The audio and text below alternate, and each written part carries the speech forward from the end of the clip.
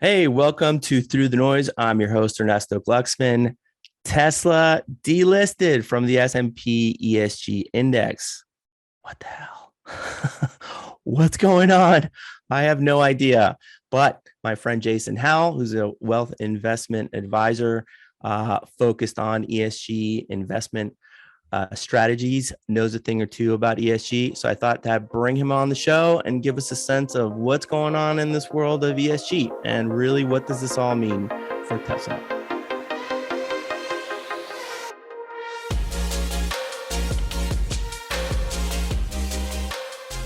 Jason, thank you. Happy to be here. You've come in my time of need. Of course. Yeah, I reached out to you. I reached out to you the minute I saw that Tesla was kicked out of some ESG thing, index thing. And I'm like, all right, I got to call my resident ESG investor, expert, advisor. Yes, That's I'm you. here. You've been on the show 2 or 3 times. Anybody that's listening, there's some, just go dig in the older episodes because we talked about ESG 2 years ago, I think. Has it been that long? Or a year ago? It's been a while. I mean, we did a good job of going through it. It may not have been a full 2 years, maybe a little less than that. But it was certainly during the beginnings of the pandemic and just trying to figure out what it was. And for our firm, Jason Howell Company, we wanted to take a deeper dive into that because with what was happening in 2020, we just thought, what can we do as a wealth management firm to be a part of the good? And like a lot of financial firms still in the industry, we felt like, this ESG SRI impact thing, it's kind of a nascent thing. It's happening for some people, but it's not really a real deal. And then upon investigation, I realized I was wrong along with everybody else. It's real. It's absolutely a real thing. It's absolutely not nascent. It's been around for hundreds of years, depending on when you actually look at the beginnings of this kind of thought. And it has been happening in earnest, at the very least, smart people can say, since the Great Recession of 2008. And so there's a lot to it. And that's what I'm happy to have learned. So I wouldn't be sort of party to some of the ignorance out there. There's a lot more for the actual area of expertise to grow. And that's some of what I'm sure we're going to talk about today. Awesome. Because yes, it's rather confusing, I think, for a lot of people to witness the idea that the S&P has just rebalanced the index, the collection of companies and this is the S&P 500 with ESG scores. And they, out of the automotive group, they took out Tesla when at the same time, they have a list of I think Chevron's in there, definitely Exxon. And people are going like, what are we talking about here? What is going on? So can you just walk us through basic aspects of ESG and then we'll dive deeper into how it pertains with Tesla and stuff? Well, let me start even higher than that, which is actually what, factoring in ESG does. So higher than that, you mentioned the S&P 500.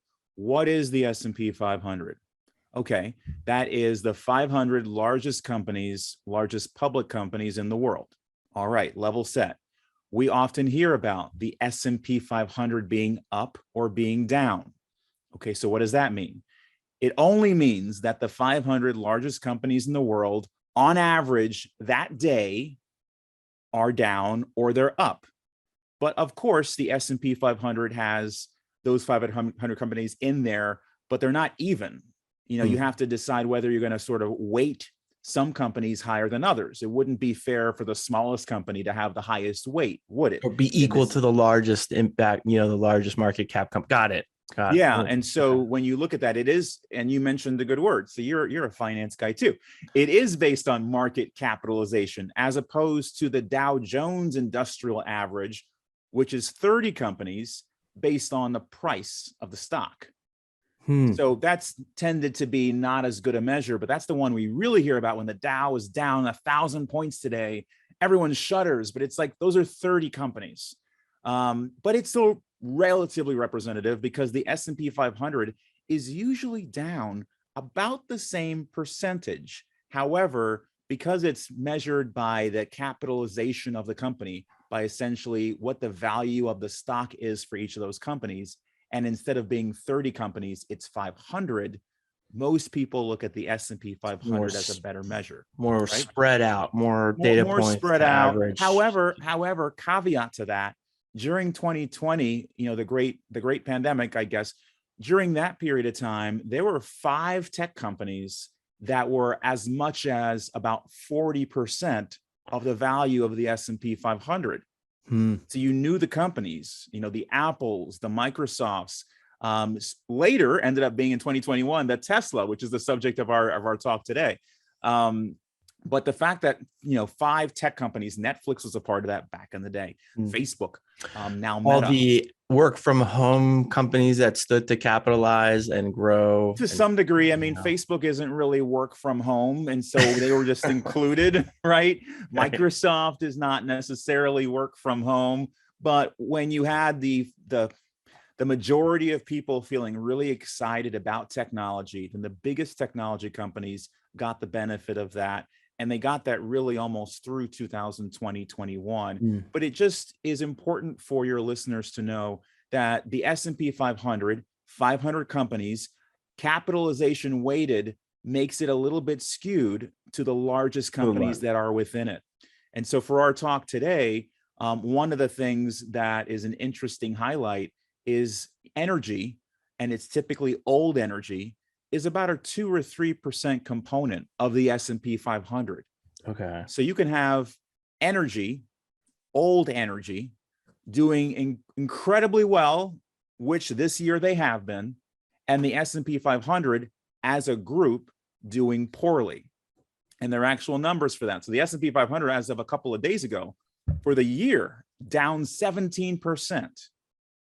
XLE, which is an ETF that measures a bunch of oil companies made up of mostly Exxon and Chevron, the actual fund, about 40% of the fund is just Exxon and Chevron. Okay. Well, that ETF, as of a couple of days ago for the year, up 40%. 40% up. The S&P 500 down 17, 18%. Now, price of the value of their stocks. Their value of their company based on the value of their capitalization, so their stock and number of shares that are out there, is up a lot. But you wouldn't know it because energy is such a small component of the S&P 500. Actually, IT, tech, communications, upwards of 28 to 30% when you include communications. So when the tech companies go down, as they have been this year, you are also seeing the S&P go down somewhat. Thankfully, the biggest components of the S&P 500, Microsoft's, Apple's, and others, those are still okay because they're so huge. They haven't dropped like some of the smaller companies that are outside of the S&P 500, the ones you know of, like your Robin Hoods and your Upstarts and your other, Rivians, and all those companies have really tanked, but they're not part of the S&P 500. So you can see essentially, relatably, they haven't gone down as far. So one of the things we lean on when we just look at the S&P 500 as our barometer is really, how's Microsoft, Apple, Netflix has been a part of it. How are these large tech companies doing? And as those large tech companies go right now is how the S&P 500 goes. So that is a level set. The S&P 500 index has to have a fund to relate to it. What has been done by our subject of today, the S&P 500 sort of ESG index, is a subset of that broad S&P, just as a level set. Okay. Well, what is the S&P ESG index? Like how do they get in there? That? Yeah. Like how do people get in there? So the S&P 500 ESG index goes through some factors, environmental, social, and governance factors, to determine what should be the standard out of the 500 companies. And what that index has done is they've actually reduced, by looking at this list, and I'll read it: controversial weapons, manufacturing, thermal coal, tobacco, oil sands, so being involved in oil, small arms, military contracting. These would actually exclude you from being a part of it, okay? And so by doing that, they whittle down to about 300 companies right there. And then it continues. And I think this is important for your readers, and I think you were about to allude to this idea, would it be helpful to define ESG versus, say, SRI? I mean, yes, but I'm a little, yes. Let's go with just ESG, just to give us a sense of what is measured in there, right? Right. And people use this phrase sometimes, ESG investing. That's not a thing. And so to define ESG, I got to take like just a few seconds and say SRI. SRI, sustainable, responsible investing. Listen to this sort of official definition. Any investment strategy that seeks to maximize financial return. Okay, well, that would be all of them, right? But while simultaneously advancing an idea, a belief, maybe a philanthropic cause, that's more impact investing, that is important to the individual investor with the hope of changing the world for the better. Okay, so SRI has this broad definition. How do you get to this kind of investing? That's the answer to your question. You have to use some kind of factor, some kind of environmental, social, or governance factor. In fact, ESG is the underlying factor in all and any SRI strategy. Does that make sense? Okay, your strategy is it's your SRI strategy, your investing strategy for the individual investor out there or institutional. Yep. And they're measuring certain things in the environmental, social, and governance. Now, are they measuring the impact to the environment, or are they measuring the risk to the exposure risk of the company to potential problems with the environment? Let's pick environment. This is the right question to ask.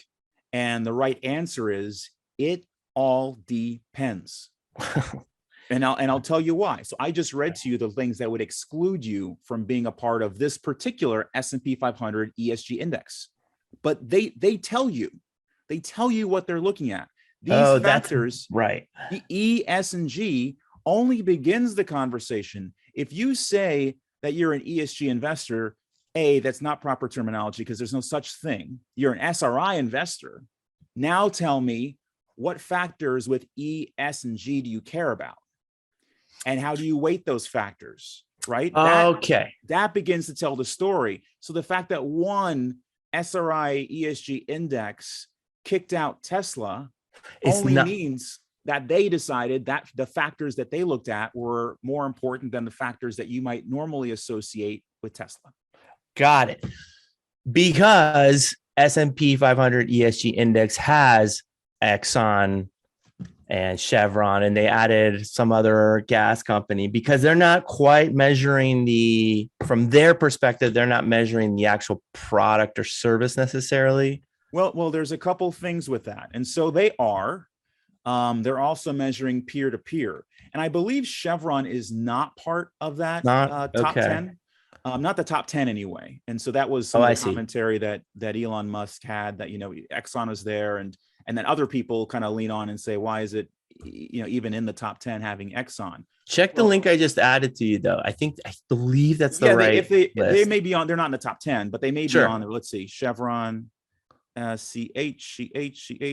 Actually, no, I don't see them. I see Charter. Chevron isn't in there. Okay. Yeah, Charter and Cigna. So they're not on the list, at least if it's alphabetical. There it is, CVX, Chevron.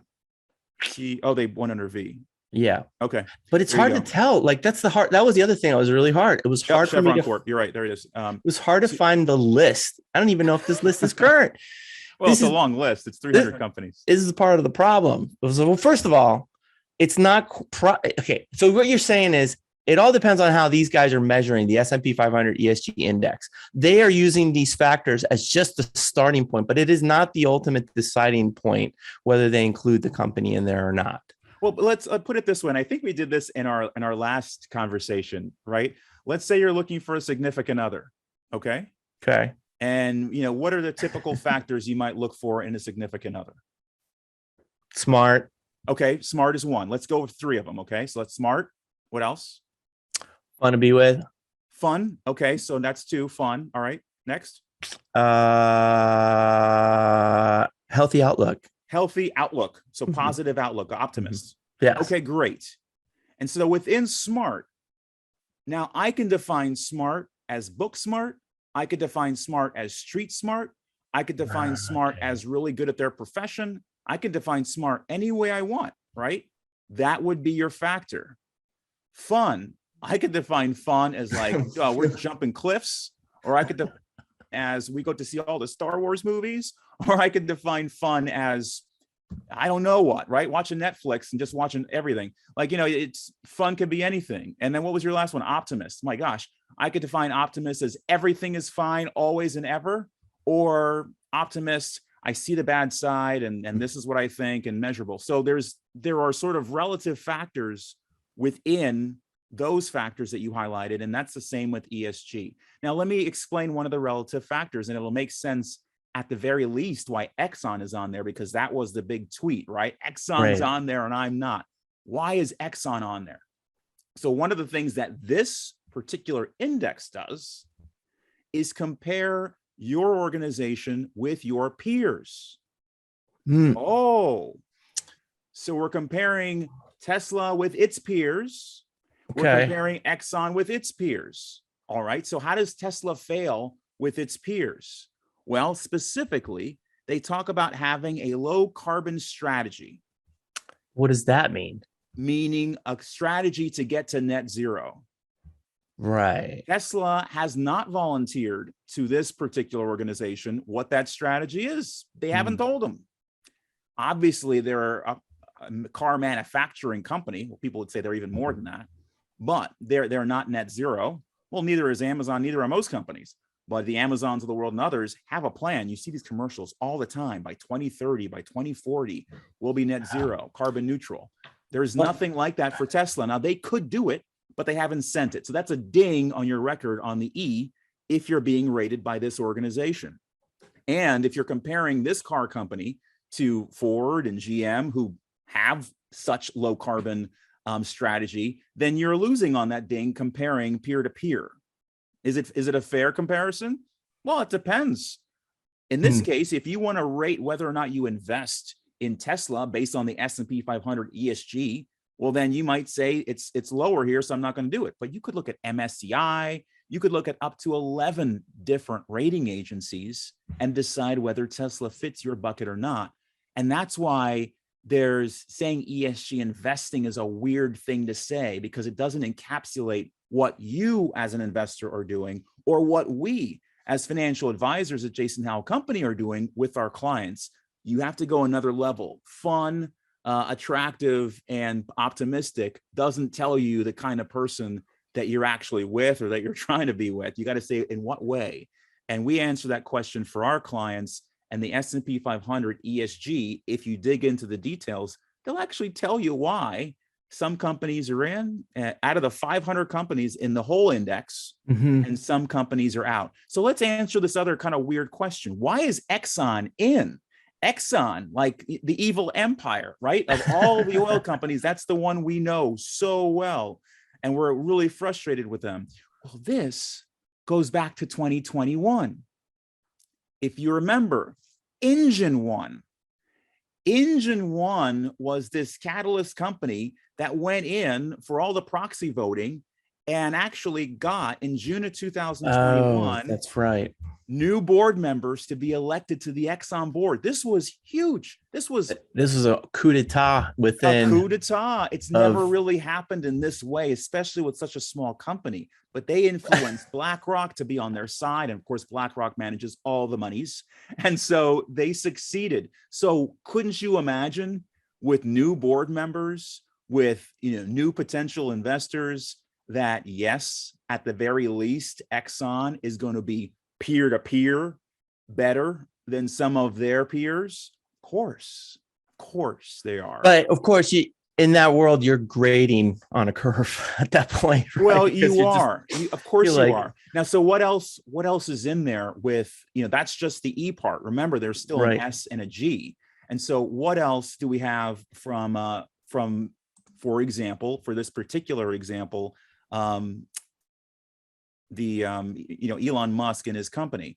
Well, additional analysis I'm reading here from thestreet.com showed that there were two separate events centered around claims of racial discrimination. We've heard this, and poor working conditions at Tesla's Fremont factory, Okay. as well as handling of the NHTSA investigation after multiple deaths, we've heard of this, and injuries linked to the autopilot vehicles. We've heard this, right? These are common knowledge. And so that would affect absolutely the S part of ESG for those factors. And then when you get to the G part, vis-a-vis governance, that's another layup. How many times has this particular CEO tweeted out things that were really not something that you see from typical CEOs, and has gotten him in the past into hot water with the Securities and Exchange Commission? Okay. We've heard those things. We've seen those things. So this is like the teacher at school who has 30, 40 kids. She doesn't have time to evaluate all of them, but she's going to ding a couple of them for, being distracting to the rest of the efforts that she's doing. But this is still like a broad tool is what I'm getting, what I'm sensing, because to respond, just to tag off a couple, I know you want to go through the reps, just tag off a couple. Yeah. One, with Tesla, I recently understood, I'm going to mess this up because I'm just trying to recall this. Yeah. They claim they've generated more energy from their solar panels over their plants to cover all of the carbon they created for developing all the cars in the last 10 years. So it's not like, but they're not projecting, right, the way Ford and GM might be saying we're going to reach carbon net neutral. They're just saying they achieved this. So maybe it's the lack of a submission of what's the plan next that they just hadn't done. So it's like, okay, that's good, and to be determined whether Ford and GM actually achieve what they've set their goals towards, right? Yeah, and to Elon's defense, one of the comments that was made by the folks who represent the S&P 500 ESG Index was, and it was a funny comment, we can't rate you based on a mission statement, based on an intent. And then I read, but yeah, you're fine with an intent for a low carbon strategy. Isn't that a mission? Isn't that right? So okay. I was confused. Teacher's busy. She's got 500 students. They have 500 students. You just said you can't base it on a promise or an intent. By the way, did you see at the bottom? They also made mention that in a near future rebalancing, Tesla might come back in. Right? They're like covering, like they may. Well, exactly. I mean, and that's the thing. And this is what's so critical about this area of investing. And it is an area of investing. It's an area of additional analysis. Whether you analyze versus, stocks based on technical analysis or fundamental analysis, an active strategy or a passive strategy, that's what makes you an investor. Otherwise you're just trading, right? But, there are many strategies, some of them basic and fundamental, that you start with. And then you layer on a bunch of other stuff. You might say momentum trading, you might say all kinds of different kinds of trading. This is another set of factors. And when I say this, I mean environmental, social, and governance factors are another set. How you apply it is up to you.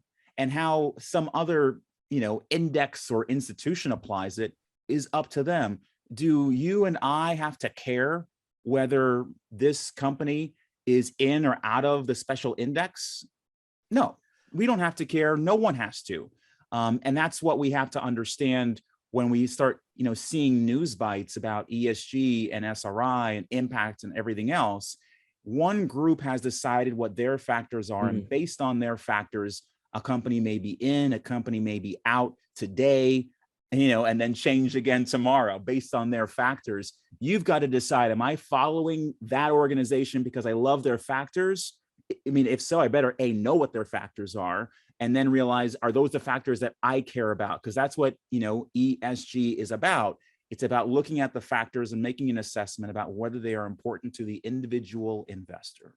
Right. And it'd be interesting to talk to them, because as I went on my Fidelity account and I pull up, like, podcast? Yeah, it'd be great. Like, I want to pull up Tesla, and they give me the top level grades here, right? Environmental, they're a leader; social, they're laggard; and governance, they're average, because they've tried to diversify their board. pull up forward and you have environmental average, you have social laggard, just same as Tesla, I guess, and then governance laggard and governance laggard.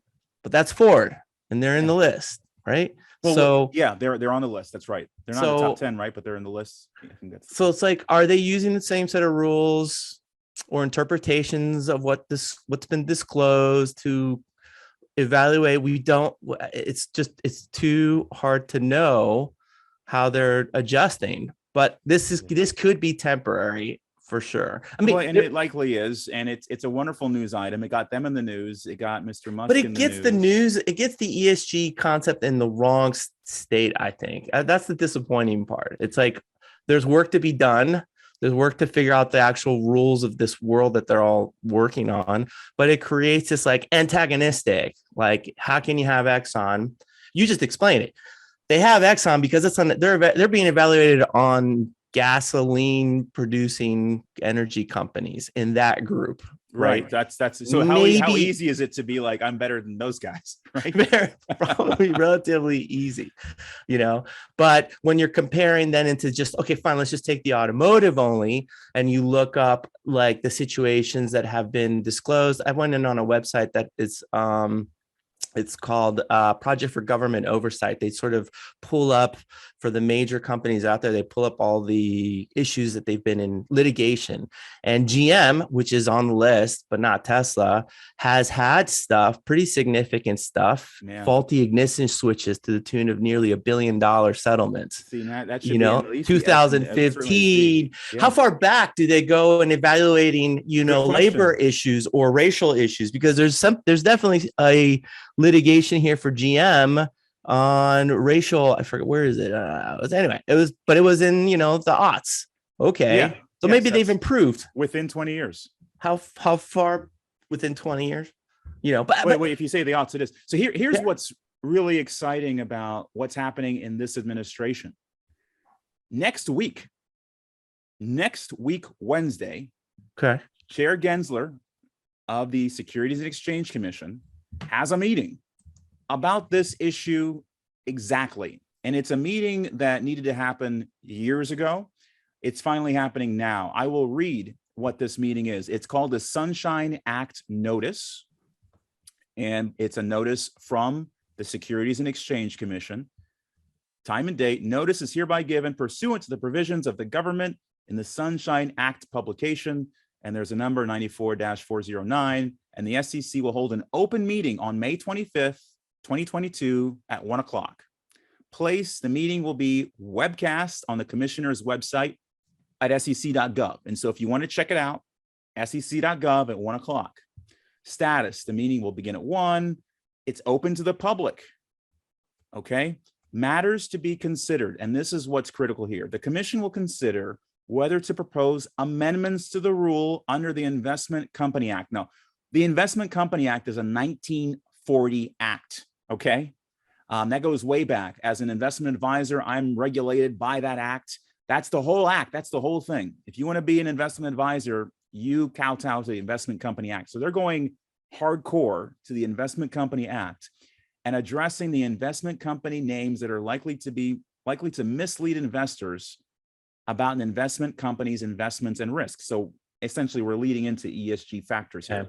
The amendments the commission will consider also include enhancing prospectus disclosure, so where people are disclosing how they're investing, requirements for terminology used in investment company names, as well as public reporting regarding compliance with the new names and related requirements. All right, let me get this one part here. You got to distill that to me. I will. Okay. So that whole bullet point just means that we're going to look at the way investment advisors are reporting what they say they're doing. So for an example, if you say ESG, what does that mean? That's all that number 1 means. The commission also will consider whether to propose amendments to rules and reporting forms for registered investment advisors, that's me, certain advisors exempt from registration, hedge funds, registered investment companies, business development companies, to provide, here are the key words, standardized environmental, social, and governance disclosure to investors and the commission. This is happening next week, May 25th, 1 p.m., sec.gov. What we're doing here, what our country is doing, is finally answering the call of the 2010 Dodd-Frank Act, which was in part to say, was a lot of things, is in part to say we needed to get into this subject. We needed to make this subject essentially standardized. Just the problem that Elon Musk is facing, and by the way, we've identified the S&P 500 ESG Index is facing. Right, for sure. You two folks that are arguing about what's right, yeah, you have the same problem. And the same problem is, I was an accountant. There are financial accounting standards. There's a financial accounting standards board. And those standards can allow us to, as investors, to look at the financials of two different companies and make a decision about which one we want to invest in. Give a sense of comparison, right? Exactly. There haven't been standards. And so, as I mentioned earlier, there are 11 different rating agencies. Some of them use numbers, some of them use letters, and there's more than 11 probably, but 11 main ones. And so how do you know AAA is as good as 1 or 99? Like, how do you know? 2008 told us the rating agencies have some issues. That's funny, because one of the arguments about having 11 different rating agencies that are all different is that they're not comparable. And I bring up that same point, 2008, when the rating agencies were comparable, it wasn't that good. And so it's a little bit really a mess. And what we need in this case is some level of regulation. We need a referee. Everybody, yeah, exactly. And that's what regulation ends up being. Everybody, this is how you report your stuff. This is how far back you go, right, Ernesto? This is how much you actually, do, and send this out. And this is what Chair Gensler of the SEC has been talking about for months now, saying not that we're going to force company A to do exactly what company B does. That would be crazy. Not that we're going to force company C to do what we think is right. That would be nuts. But just that you need to report your stuff just like everybody else so that we can see it. Some standardized form. And we do it with financial statements, and people still mess around with financial statements. Sure. They're not 100% accurate, but hey, at least we're pretending to get close. And you and I and every other investor can make some assessment on whether to invest in an Amazon or, a Ford or whatever else.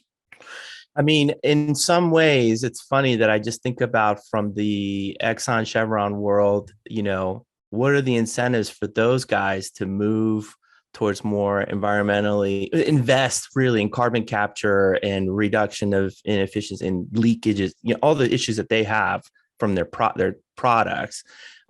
What's their incentive?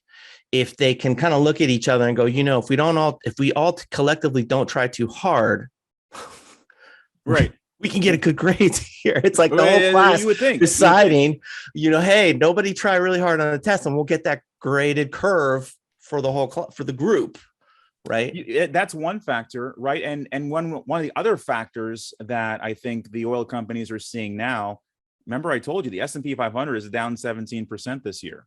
Exxon itself is up 40% this year. So isn't that neat, right, to see that balance? Now, you have to couch that in. Exxon has had a horrible stock record the past 5 years. And so this is some of their comeuppance here with the supply chain issues that we're facing. The President Biden may be meeting with Saudi Arabia in the next weeks, despite everything that is aghast in that area because of the oil. And so long-term, oil isn't the answer. Short-term, obviously it is. We're using it for our cars, for most of our cars. We have less than 2% maybe of cars that are actually electric vehicles. And we have lithium issues as it is. And so we got to make sure we have enough lithium and other things to make the batteries for these cars before we just switch. But long-term, this isn't something that we're going to continue doing, i.e. having this oil sort of focus. And the incentive for the Exxons and the Chevrons and the Shells and all, it's already happened, right? Engine 1, 2021.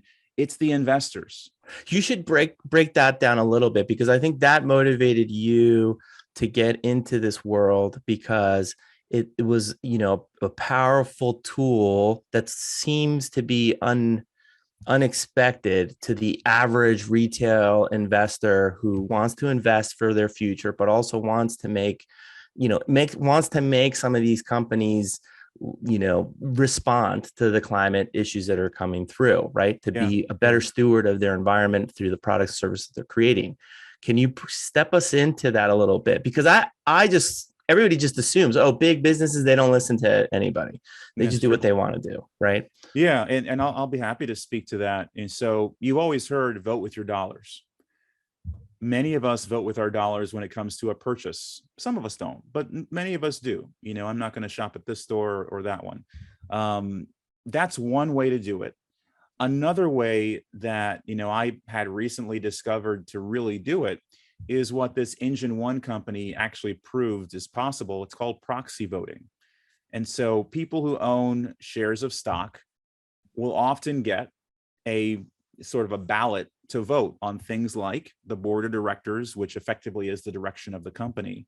Most of us ignore those. They either come in the mail or they come in our email. And we ignore those because we figure, well, I only own X amount, so it doesn't really even matter that I vote. Understand that this particular vote, depending on how popular it is, one way or another, will be taken at shareholder day, and when they have essentially their wedding about the company. This will happen, quarterly or every year. And depending on, the votes for this particular issue, they may have to talk about and talk around, meaning the management, whether or not they're going to essentially go along with the issue that's been brought up or not. So let me give you the actual practicality of this. If you have, and this has changed over the past year, much less money than you would think to be able to do proxy voting and create an influence, you're going to be able to require that during the shareholder meetings, they talk about your particular issue. So if I can find my slide that has the differences. So the Security Act, Exchange Act of 1934 guaranteed this. If you had at least $2,000 worth of company stock and that you held the stock for a year, you had the right to essentially make something be a part of the meeting. I'm sorry, what? $2,000 will let you do that? Yeah, that used to be the rules. As you might suspect, those rules changed during the last administration, but it's not too odious. Now you need to have held that $2,000 for at least 3 years. Oh, they make you hold the stocks a little longer. A little longer. Added some grit to the process before you come up there, bringing complaints. And you can't bring complaints on operational issues. You can only bring complaints on certain issues. Otherwise, you can bring them to address the risk of the company, to measure and assess the risk. Yes, you can go more towards risk as an investor. They are fiduciaries to you. You always hear, it's shareholder value and taking care of the stockholders, and so you can do that. Now, what you want to do, if you say, well, this is my issue, and nobody cared about it, then obviously it would fall flat. But things that are around environmental type issues and some governance issues, some social issues, if they get out for a vote, well, people usually care about it. Most people have the community in mind. Most people are not only stockholders, but consider themselves stakeholders of the community. And so if that gets out, then people will vote on it, and maybe 30, 40% could actually say this is an important issue. So you're going to have to discuss that at the shareholder meeting, even if it's not 51%, if it's big enough. And so what Engine One was able to do, because listen, if you wanted that to happen, who are you going to tell? You got to tell all the other voters. You have to mail stuff to them, and you have to contact them. How much time do you have? How much money do you have to be able to do that? And this relatively small organization was able to do that. They were able to get the word out about the issue that they cared about so that people could see it and vote on it. In this case, these boards of directors, and make effective change at this Fortune 500 company. ExxonMobil. That used to be the most profitable company, just in the O's, most profitable company in the world. And so the lesson here is, if this organization can do that to Exxon with a handful of shareholders, think of all the smaller organizations that are not Exxon level, and what your $2,000 held for 3 years can do if you sort of get the word out that they would have to address the issue. So I position it this way: most of us like to go or think about, hey, I'm going to go and picket in front of such and such company until they change their minds about things. And oftentimes they don't. But what really does change their mind is if you are a stockholder and you are able to get an issue that they have to discuss during their shareholder meeting, then that becomes a real thing. And it's in front of every one of their investors. How does the process go with getting the proxy, like getting that extra question in the bottom where like somebody else recommends saying no to, but it's now there? How's that process go from your $2,000 you've been holding to getting that there? Like, walk us through a little bit, a hypothetical process on that. Well, hypothetically and most commonly, and this is what Engine One essentially did, they wanted to get 2 board directors on that ballot. And so whatever marketing they did before it was actually due, before maybe even the shareholder proxies went out to be voted upon, so that people could see, oh, check this box. Usually what you're seeing is boards of directors to vote on. That's usually what you're seeing.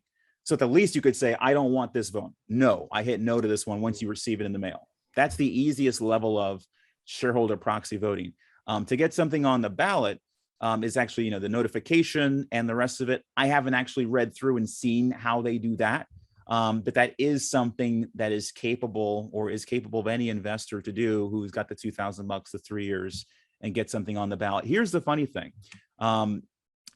If you want something like that to happen, you actually contact management and the SEC for that to happen. So the investor relations.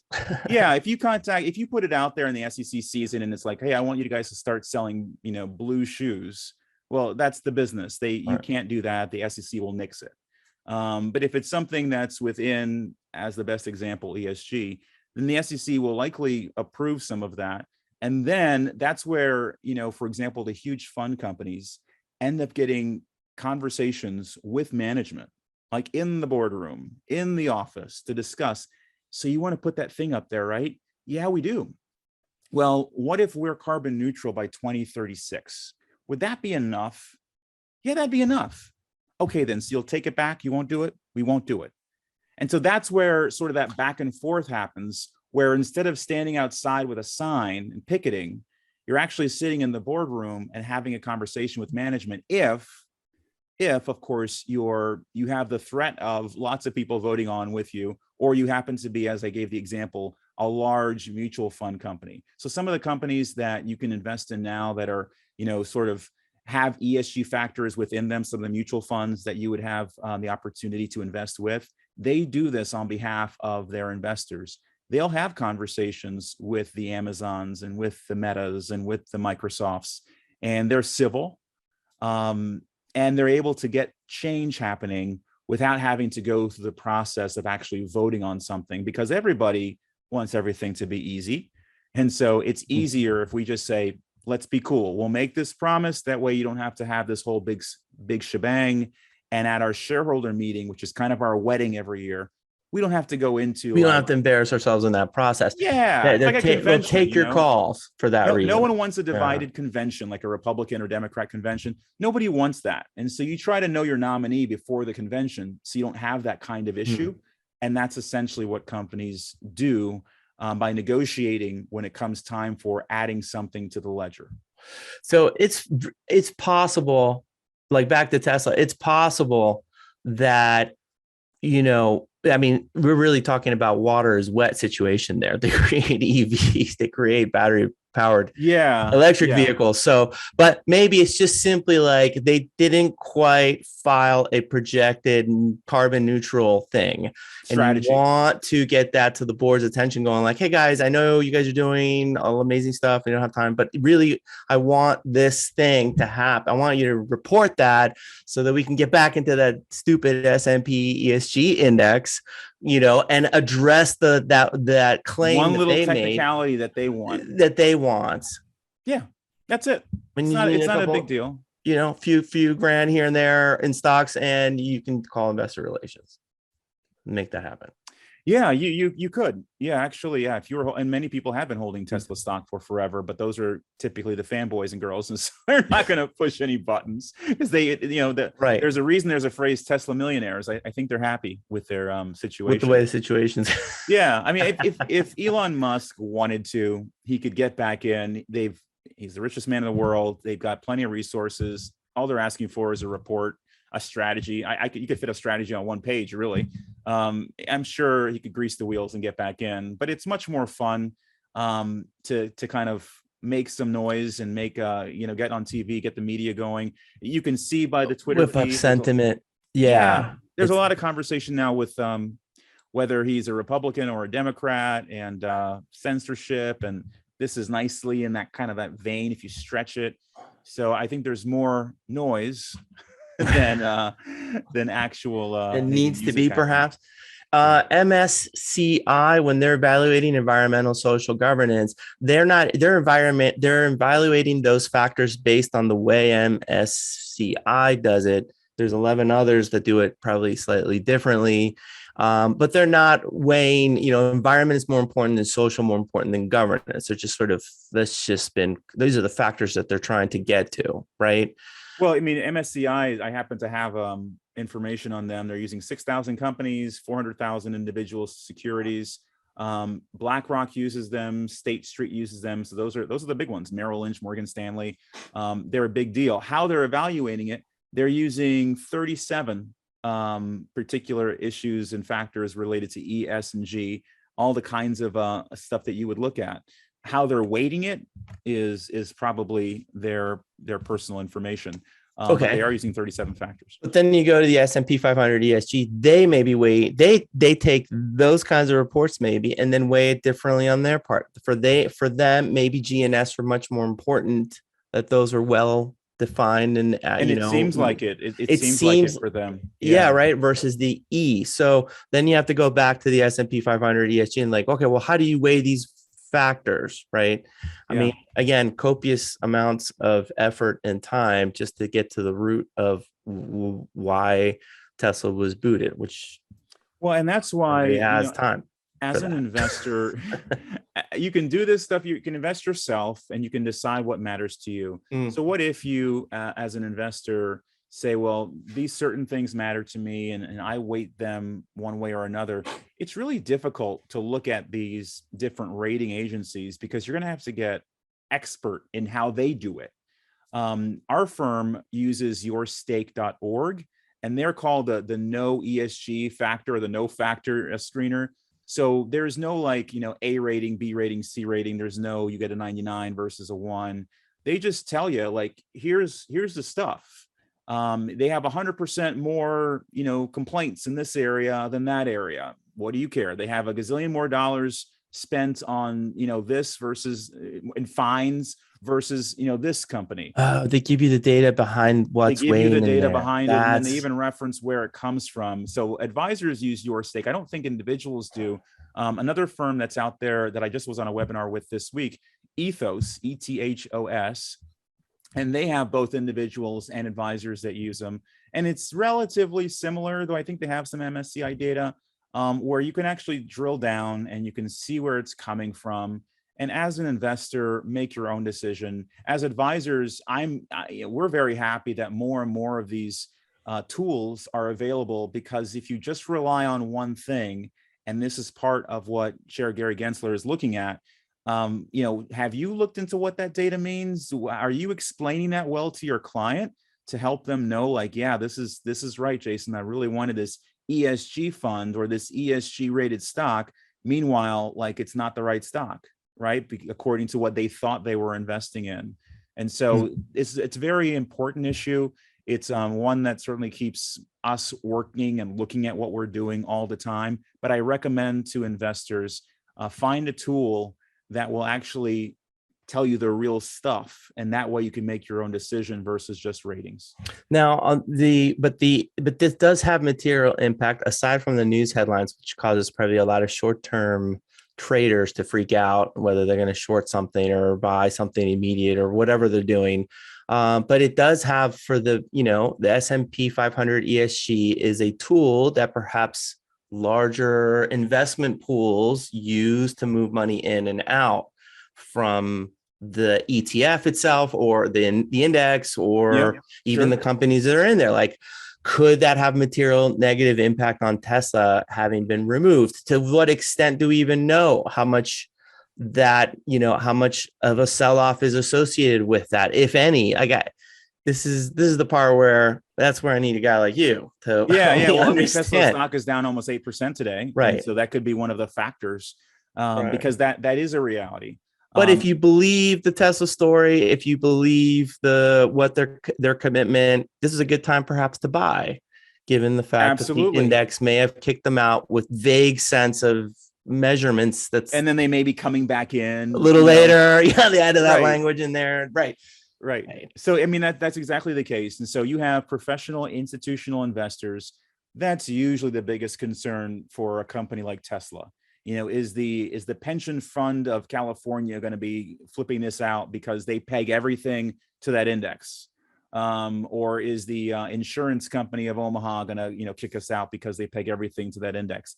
That is their real concern. The fledgling amount of people that individually might say, this is the one I use, and I kick them out if they're not in it.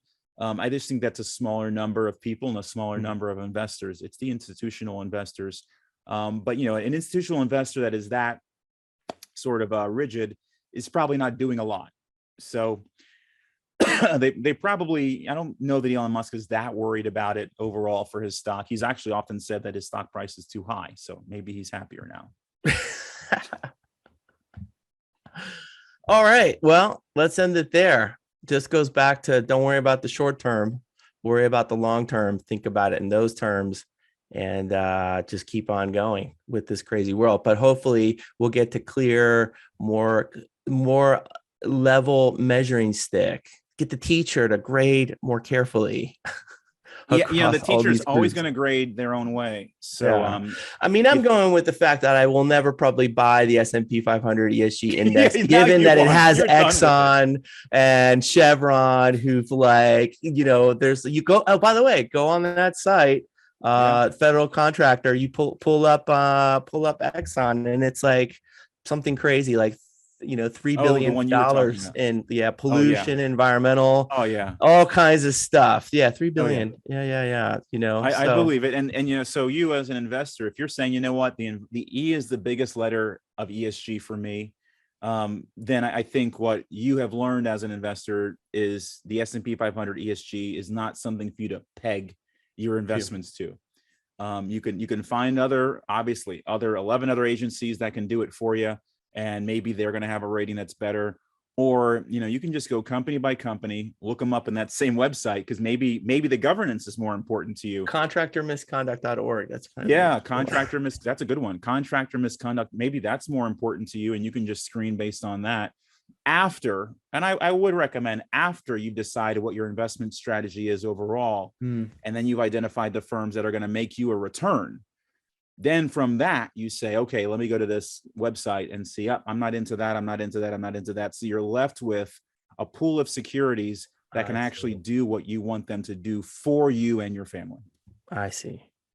Awesome. Jason, it's on the screen. It's beautiful. JasonHowell.com. JasonHowell.com. That's how you can find me. Thank you so much. Thank you for coming on and giving us an insight into this.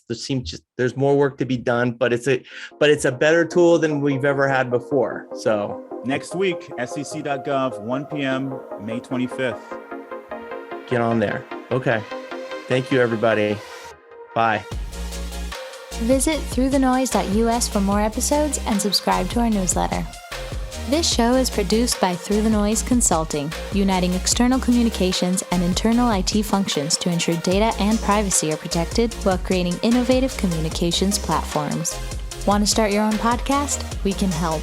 Visit getthroughthenoise.com to learn more.